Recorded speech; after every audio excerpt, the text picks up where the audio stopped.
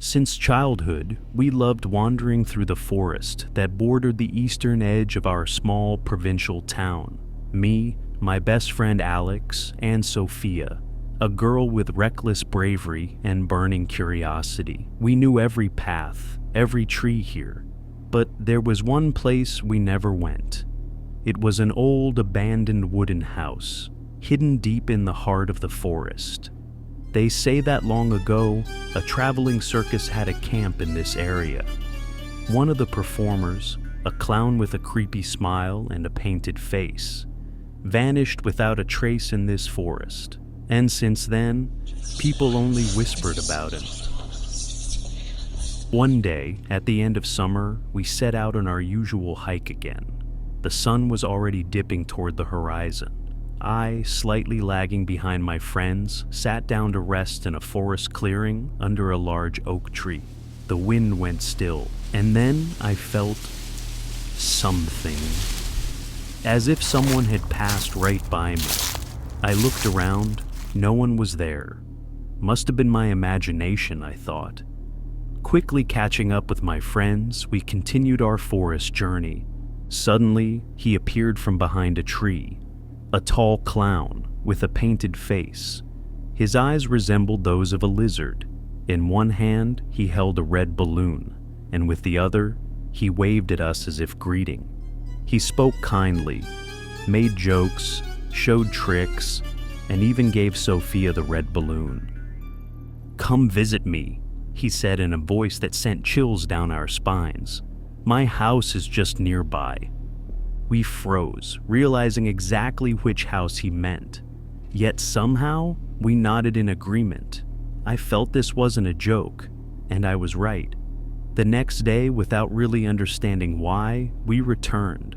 The sun was setting as we approached the old house. It looked rotten, crooked, as if warped by time. The door was unlocked, as if someone had been waiting for us.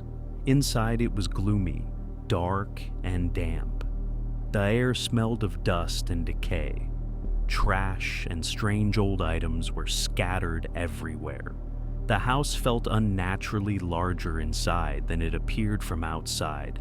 Something kept rustling in the dark. It felt like we weren't alone. But the clown was nowhere to be seen. We kept wandering through the cluttered hallways and rooms of the house. Our blood ran cold, and our legs trembled involuntarily. Then suddenly, loud laughter rang out. From a room shrouded in shadow, he emerged. The same clown. But now his smile no longer seemed so friendly. His eyes were filled with hunger, and in his hands, a hammer. He didn't walk. He glided across the floor like a ghost. "Run!" Alex shouted. We ran. From sheer terror, we would scatter into different rooms, only to end up together again. It felt like the clown was everywhere, with all of us, and with each of us separately. Sometimes the clown caught up to us, then vanished, then reappeared again, and this repeated endlessly, accompanied by his sinister laughter. Finally, in a storage room, we saw a door with daylight seeping from beneath it. The door was open. We burst out the other side of the house. We ran as fast as we could, but the clown didn't fall behind. At the edge of the forest, we stopped, turned, and saw him.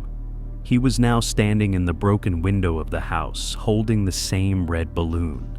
His gaze pierced right through us. We stepped back once more. And then, in the neighboring window, a hand appeared, leaving a bloody smear on the glass.